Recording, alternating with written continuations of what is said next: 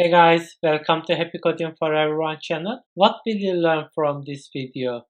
Usage of JavaScript in HTML file. Let's start coding. I'm going to drag and drop our project file in our editor and click here and we see our project folder. Let me create a project file js1.html. Let me close that one. Let's create our HTML structure and add in our script element. I just need to add an exclamation mark, then press tab. Let me close that section and let's make it wider. This is our HTML project.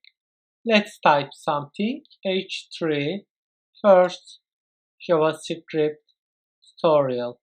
And let's run our live server.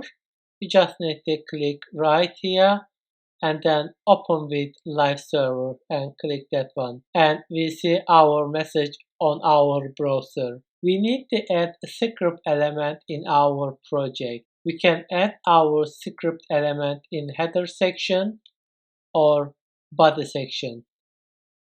Placing script element before closing body it means here is the best practice because browser starts reading our code from top to bottom. Sometimes we use some other JavaScript code such as CDN, which we will use in our project in the header section, but that thing is an exception. We will use sort of exceptions in our future tutorials. Let's add our JavaScript element. Script.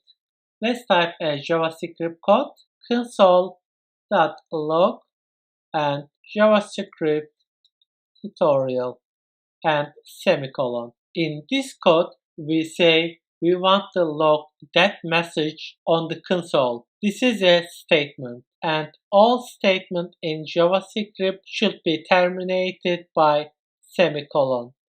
And we call the value in our barracks a string. We will talk more about string in our future tutorials. And also we can add comment. We just need to use double slash and type our comment. This is a comment.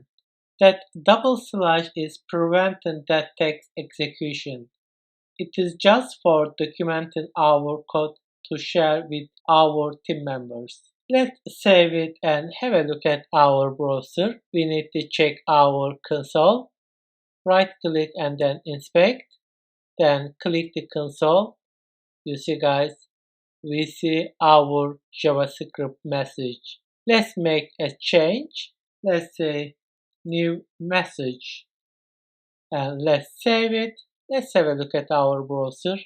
You see guys, we execute that JavaScript and we see the message on our console. That's all for now. Thank you so much for watching it. See you in the next video.